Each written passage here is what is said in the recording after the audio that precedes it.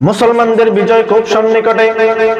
যদি গোটা বিশ্বের সমস্ত মুসলমানগুলো এক ছায়াতলে এসে ভ্রাতৃত্বের বন্ধনে আবদ্ধ হয়ে নারে তাকবীরের স্লোগান নিয়ে যখন জিহাদি তামান্নায় সামনের দিকে অগ্রসর হবে, গোটা বিশ্বের সমস্ত বাতিলগুলো পালানোর জায়গা খুঁজে পাবে না। রাসূলুল্লাহ সাল্লাল্লাহু আলাইহি ওয়াসাল্লামের অসংখ্য হাদিস দ্বারা প্রমাণিত, গোটা বিশ্বের মুসলমান ভাই ভাই বিজয় যদি চায়, বাতিলকে যদি পরাজিত করতে হয়, গোটা বিশ্বের সমস্ত মুসলমানগুলোকে আগে এক ছায়াতলে চলে আসতে হবে। আল্লাহ পাকের বিধিনিষেধকে মানতে হবে। জিহাদি তামান্না নিয়ে দুনিয়ার বুকে জীবন যাপন করতে হবে। যতক্ষণ পর্যন্ত জিহাদি তামান্না থাকবে না, গোটা বিশ্বে ইসলাম কায়েম করার মন মানসিকতা থাকবে না, ততক্ষণ পর্যন্ত আল্লাহ পাকের রহমত এবং বিজয় আমাদেরকে ধরা দিবে না। সহিহ বুখারীর 1401 নম্বর হাদিসে রাসূলুল্লাহ সাল্লাল্লাহু আলাইহি ওয়াসাল্লাম বলেন, আন জারীর ইবনে আব্দুল্লাহ রাদিয়াল্লাহু তাআলা আনহু قال بايعت النبي صلى الله عليه وسلم على إقام الصلاة وإيتاء الزكاة والنصح لكل مسلم। হযরত জারীর ইবনে আব্দুল্লাহ রাদিয়াল্লাহু তাআলা আনহু বলেন, আমি রাসূলুল্লাহ সাল্লাল্লাহু আলাইহি ওয়াসাল্লামের কাছে বায়াত গ্রহণ করেছি নামাজ কায়েম করার উপর, যাকাত দেওয়ার উপর এবং গোটা বিশ্বের সমস্ত মুসলমানের কল্যাণ কামনার উপর। সুবহানাল্লাহ। এই হাদিস থেকে বোঝা যায়, শুধুমাত্র নামাজ এবং রোজার ভিতরে, যাকাতের ভিতরে ইসলামকে সীমাবদ্ধ করলে চলবে না। পাশাপাশি গোটা বিশ্বের সমস্ত মুসলমানের কল্যাণ কামনা করা শরীয়তের অন্তর্ভুক্ত।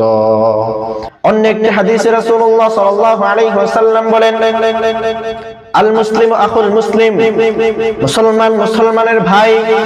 এজন্য পৃথিবীর শেষ প্রান্তেও যদি কোনো মুসলমান বিপদে পড়ে, কোনো মুসলমান যদি জুলুমের শিকার হয়, আমি পৃথিবীর যে কোনো প্রান্তেই থাকি না কেন, আমি মুসলমান হিসাবে, ইমানদার হিসাবে ওই ব্যক্তির জুলুমের কারণে, বিপদের কারণে আমাকে আপনাকে ব্যতীত হতে হবে।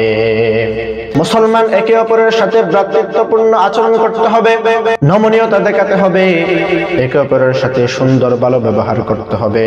রাসূলুল্লাহ সাল্লাল্লাহু আলাইহি ওয়াসাল্লাম বলেন, আল মুসলিমু মান সালিমাল মুসলিমুনা মিন লিসানিহি ওয়া ইয়াদিহি। প্রকৃত মুসলমান হচ্ছে সেই, যেই মুসলমানের কথা এবং কাজের দ্বারা অন্য মুসলমান নিরাপদ থাকে।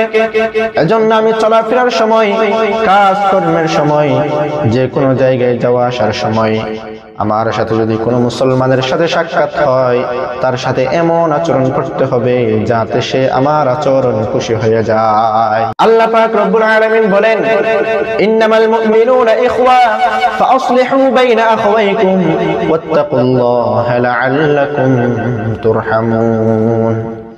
নিশ্চয় মুমিন মুমিন ভাই ভাই, তোমরা তোমাদের ভাইদের ভিতরে ঝগড়া বিবাদ মীমাংসা করে দাও, আশা করা যায় তোমরা অনুগ্রহ প্রাপ্ত হবে।